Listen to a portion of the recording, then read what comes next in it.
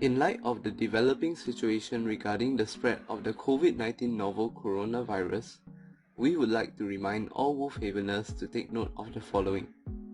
As this is a topic of public interest, we would like to remind all members to exercise caution when discussing the topic within our community.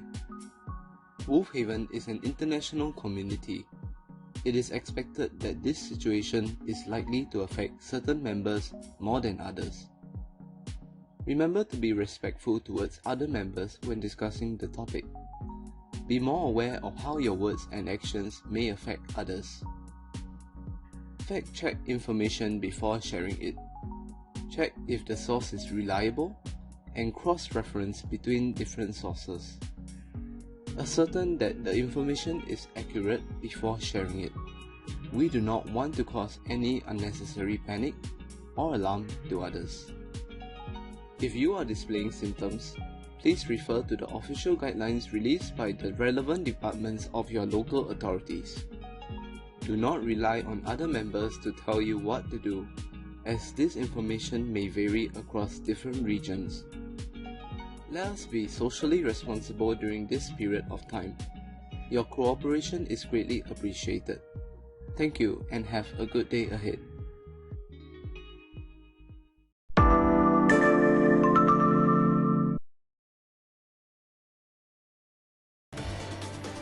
Parliament's opening ceremony was cancelled. Claiming in Gardellia was suspended in the second half of the month. We'll find out why. Bevan City accidentally regenerated, and our reporter Willie Wu talked to MPs and party leaders about the PR rank bill, which was officially passed by Parliament. I'm Matthew Tofu in 1 North, and you're watching Newsroom WolvHaven.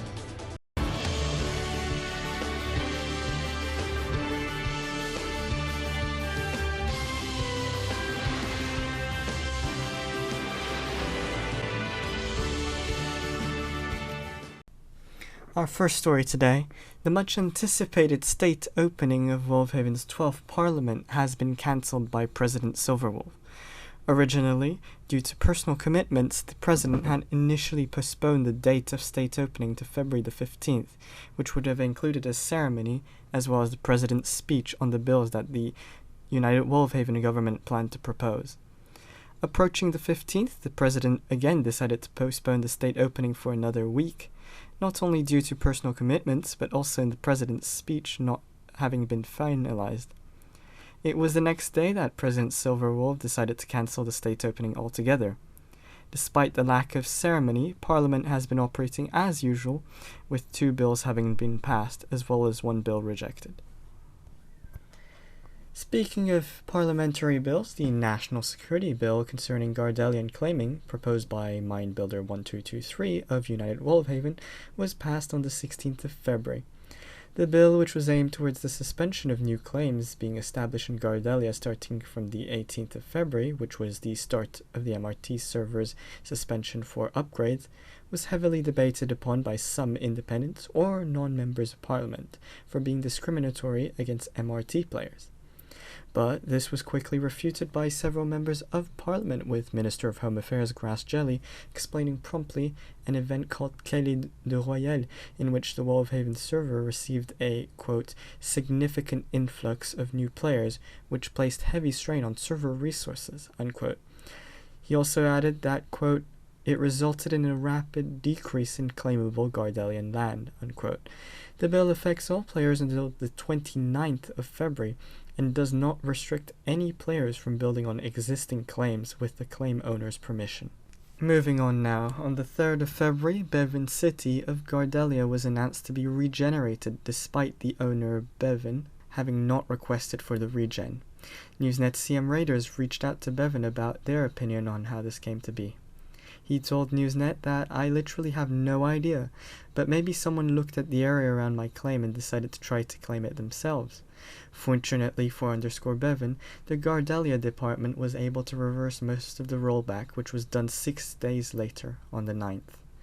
Bevan also responded to the situation, saying that he felt bad for the staff having to deal with the incident, but was thankful for the staff's work. Newsnet also reached out to the Gardellia department members most involved with the incident. Vincent LUMC fan, a helper for WolvHaven staff who initially regen Bevan City, and Mopsy, an admin who was involved with rolling back Vincent's regen. Both gave their thoughts on how this happened, with Vincent saying, quote, "It is definitely a miscommunication. It was careless not to ask Bevan."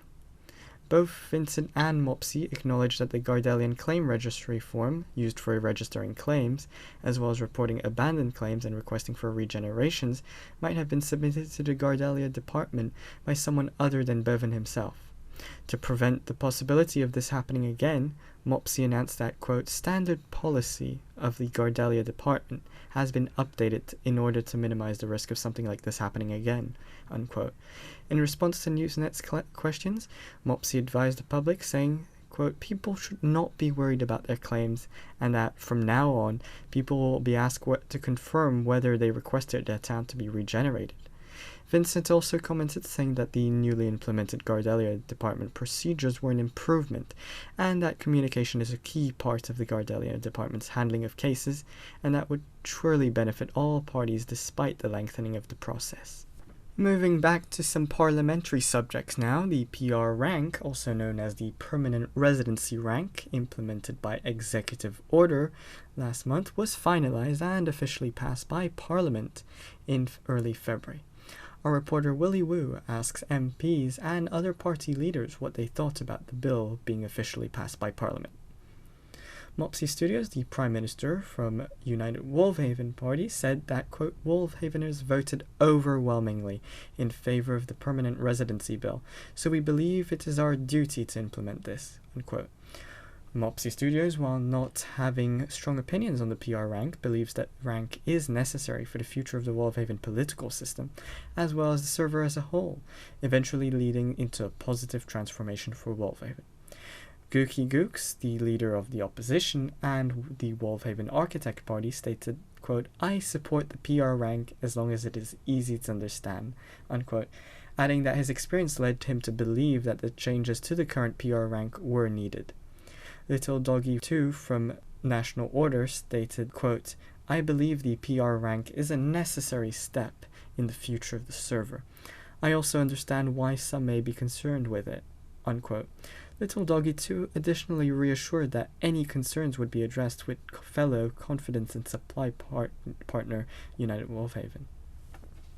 Former MP and Honest and Green Party leader Autobus22 also chimed in, saying that he did not think that the PR rank was very necessary, saying specifically how the PR rank might, quote, "negatively impact the experience on the server for some people." Autobus also made a point, saying players who frequented the server less would be negatively affected, describing the PR rank as a barrier to voting.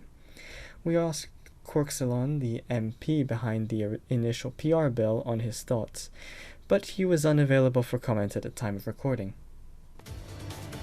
Coming up, more election results from cities across Gardellia, and the new section of the E1 highway is now complete. Stay with us here on Newsnet. Vinditure Inc. is celebrating its 100th store with none other than you, Cantonites. There will be 23% off on all Vinditure products until the 3rd of March 2020.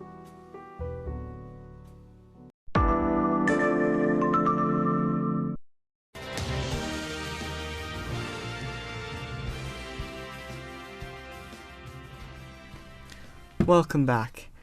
We're now moving on to Gardellia, where, similarly to January, many cities in Gardellia have hosted mini-elections inspired from the WolvHaven January 2020 general elections.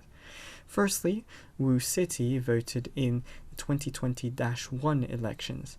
The election started as a tie between the People's Incompetent Party and United Democrats, both with 33.3% of the vote. And the Development and Infrastructure Party and City Representative Alliance for People also tied in second place with 16.7% of the vote. The tiebreaker results will be released next month, which is March.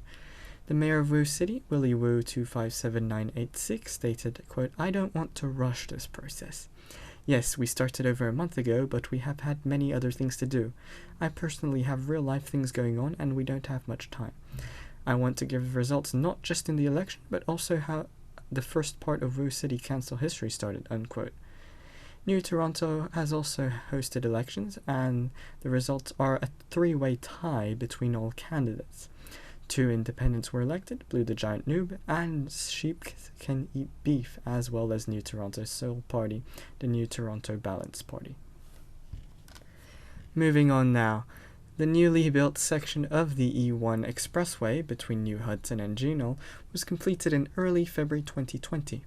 The project's contractor, Thank the Ink Devil, had initially run into some disagreements with Kackelsburg's mayor with regards to the location of highway exits and the highway's routing, which caused some delays to the project. The opening of the newly completed stretch of highway now means that drivers can drive their U-cars from as far south as the Gardellia Central City to the city of Cranbrook on the map's northern border in just 38 minutes. And that's it for this edition. Thanks for watching. We'll see you next month. Remember that you can check out our website at any time to catch up on any of these stories.